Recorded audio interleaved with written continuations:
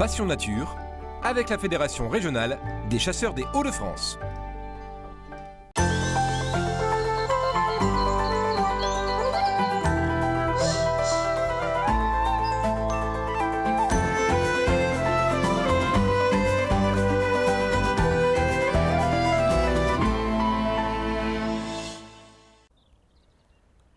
Bonjour à tous et bienvenue pour ce numéro de Passion Nature. Vous voyez, aujourd'hui, je suis sur un petit îlot et j'ai chaussé les cuissardes.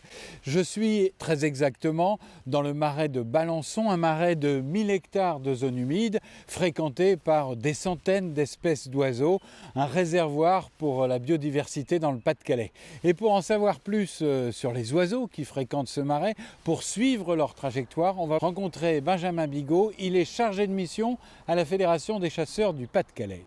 Donc ici vous êtes sur le marais de Balançon, qui fait une surface d'à peu près de 1000 hectares, où il y a 150 huttes implantées sur le site. Et chaque hutte correspond à peu près à des mares. C'est ça. Donc il y a 150 mares sur 1000 hectares. Grosso modo c'est ça, oui. Ouais. Où est pratiquée la chasse à la hutte, donc de nuit, mais aussi la chasse à la bécassine, dans les platières à bécassine. Alors il y a une biodiversité terrestre qui est intéressante parce que selon les saisons il y a de l'eau, il y a moins d'eau, donc il y a de la tourbe, hein, c'est un marais tourbeux. Qu'est-ce qui se développe en matière terrestre ici? Qu'est-ce qu'on trouve dans le sol? Donc vous avez au niveau les zones les plus tourbeuses, c'est là où vous avez souvent les espèces les plus rares et menacées à l'échelle régionale et nationale. De plantes? De plantes, tout Ouais. à fait. Vous avez par exemple l'Urubaniena qui est classée exceptionnelle. Des plantes carnivores aussi, comme l'itriculaire, qui est une petite plante aquatique qui pousse dans les mares. Alors Benjamin, cette biodiversité du sol, on imagine qu'elle a aussi une incidence sur la biodiversité des oiseaux, puisque le sol nourrissant les uns et les autres, on imagine ça très bien. Il y a une grande diversité d'oiseaux de ce fait? Tout à fait. Ici sur le marais de Balançon, vous avez à peu près 200 espèces d'oiseaux, donc, qui sont là à différentes phases de leur cycle de vie, en reproduction, en nidification, en hivernage, ou en halte migratoire juste.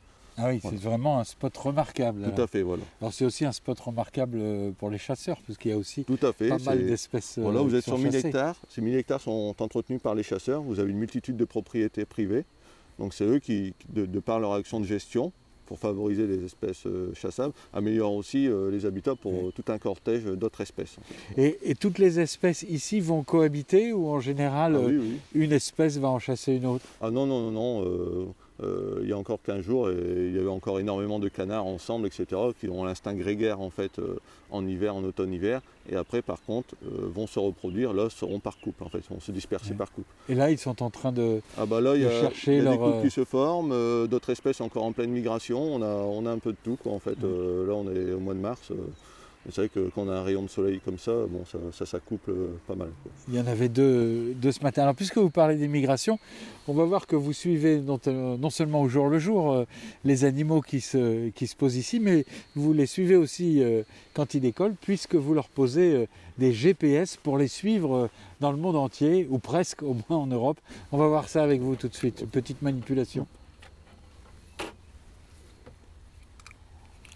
L'Institut scientifique Nord-Est Atlantique, donc ISNEA, a été créé en 2012 par une dizaine de fédérations et sous l'impulsion de Willy Schran, président de la Fédération nationale des chasseurs.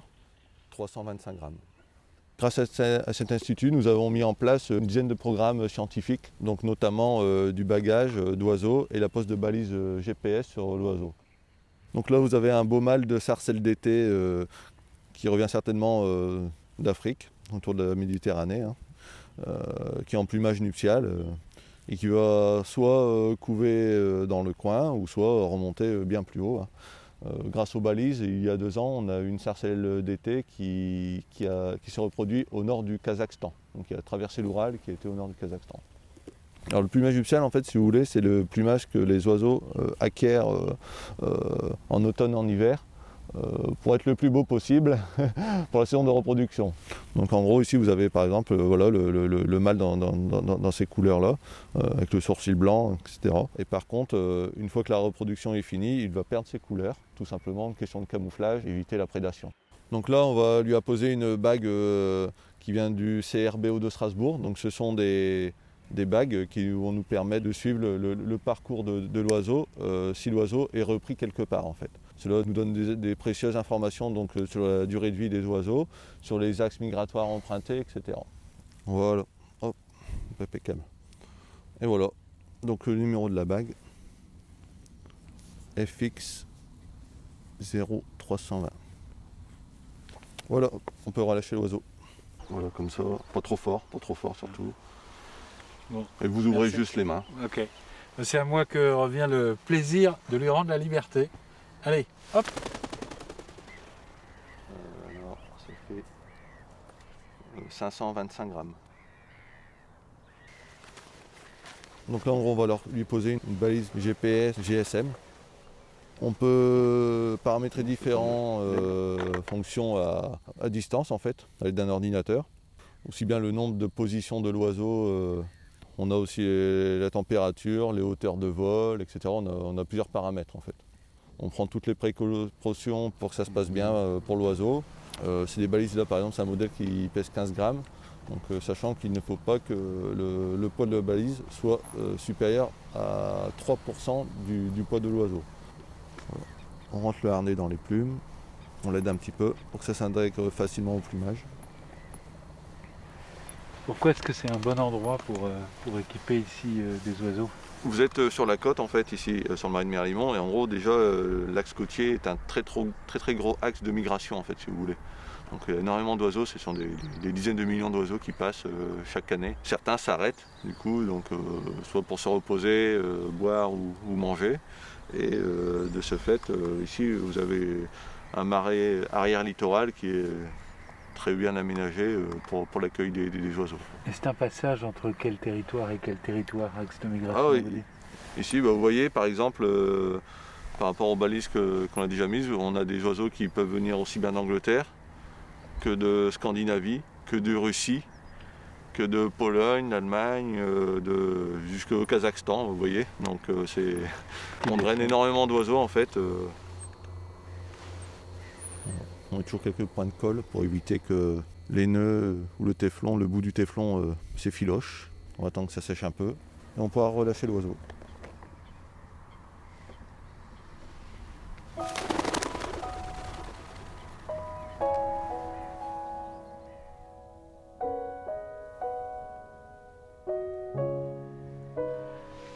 Voilà, on est dans la hutte de chasse, on est toujours avec Benjamin qui vient de libérer l'oiseau équipé de son GPS. On va l'appeler comment cet oiseau? Parce qu'il n'a pas encore de nom. Bah, comme c'est vous qui l'avez relâché, on va l'appeler Jérôme, si ça vous va. Très bien. Voilà. Un autre courlis-corlieu en gros, encore qui a été équipé en juillet 2020 et qui est actuellement toujours au Nigeria. Ça permet aussi d'avoir des informations aussi sur les zones de repos, les zones d'alimentation, etc. Des oiseaux. Donc en gros, c'est d'améliorer la connaissance sur la biologie et l'écologie des espèces tout au long de l'année. Alors Benjamin, où sommes-nous là? Alors, nous sommes aujourd'hui sur les bassins de décantation de Pont d'Ardre. Nous allons suivre les populations d'oiseaux d'eau hivernantes sur le site.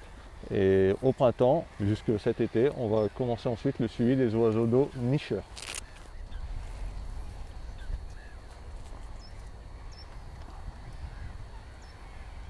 Deux morillons, une foulque,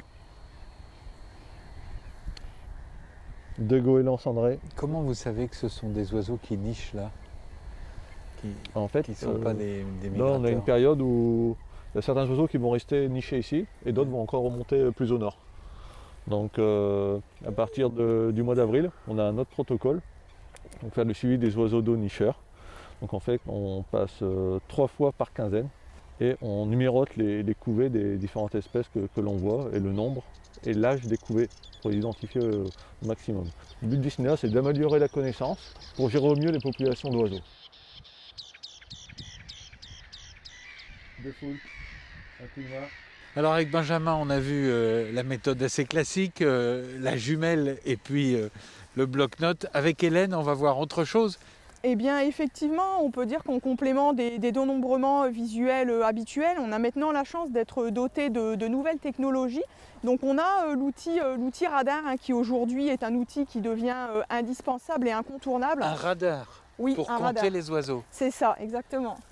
Et alors un radar comme ça va suivre nuit et jour les populations qui passent au-dessus d'un endroit que vous avez prédéfini. Comment ? C'est ça, effectivement. Donc en fait, le radar a la particularité de fonctionner 24 heures sur 24, 365 jours par an.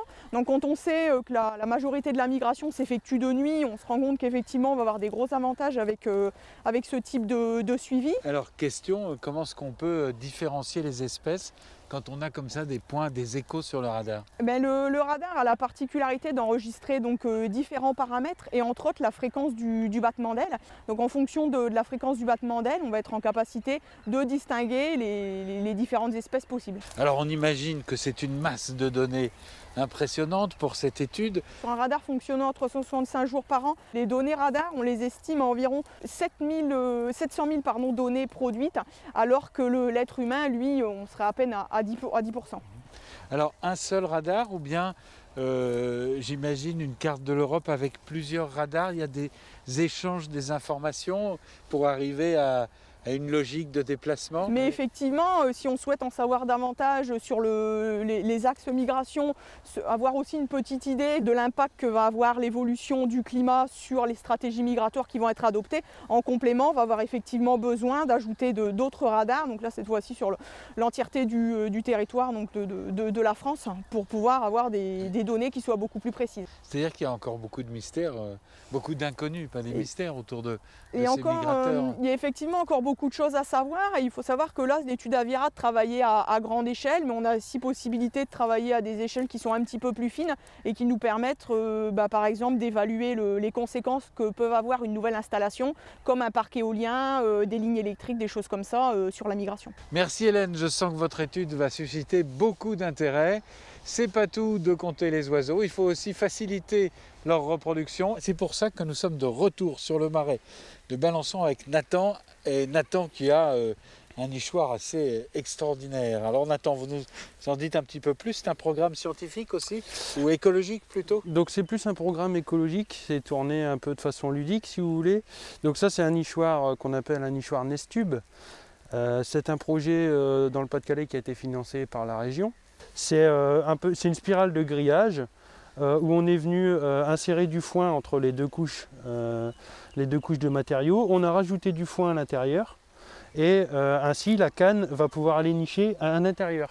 Ça fait déjà 3 ans qu'on en installe. On est quasiment à 500 nichoirs d'installés dans le Pas-de-Calais et on se rend compte que ça a quand même une importance. C'est un bon taux d'occupation. Ouais. Voilà. Ils Donc, apprécient. Plusieurs espèces, comme je le disais, colvert, sarcelle, chipot. Donc ce Nestube a pour but de favoriser la reproduction car un nid de canard en situation normale, donc sur les bords des étangs, dans les roseaux ou dans les joncs, il a 5% de chance de venir au monde. La couvée a 5% de chance d'éclore. Dans les Nestubes, on arrive à un taux qui est proche des 60%. Nathan, vous êtes promoteur immobilier, je vois les canards qui tournent autour de vous. Il est temps d'aller installer.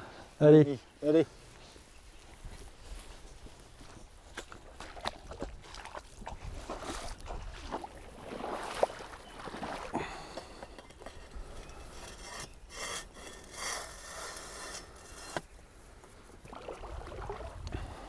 Pourquoi est-ce qu'il est en hauteur, Nathan?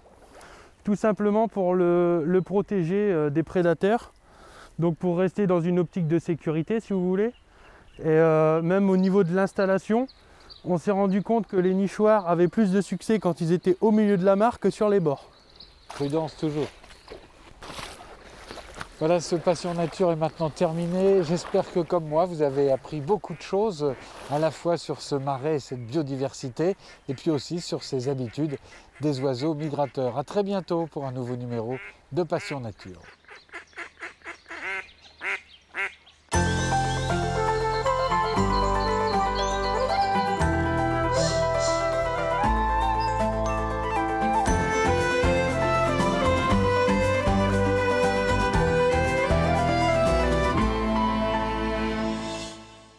Passion Nature, avec la Fédération régionale des chasseurs des Hauts-de-France.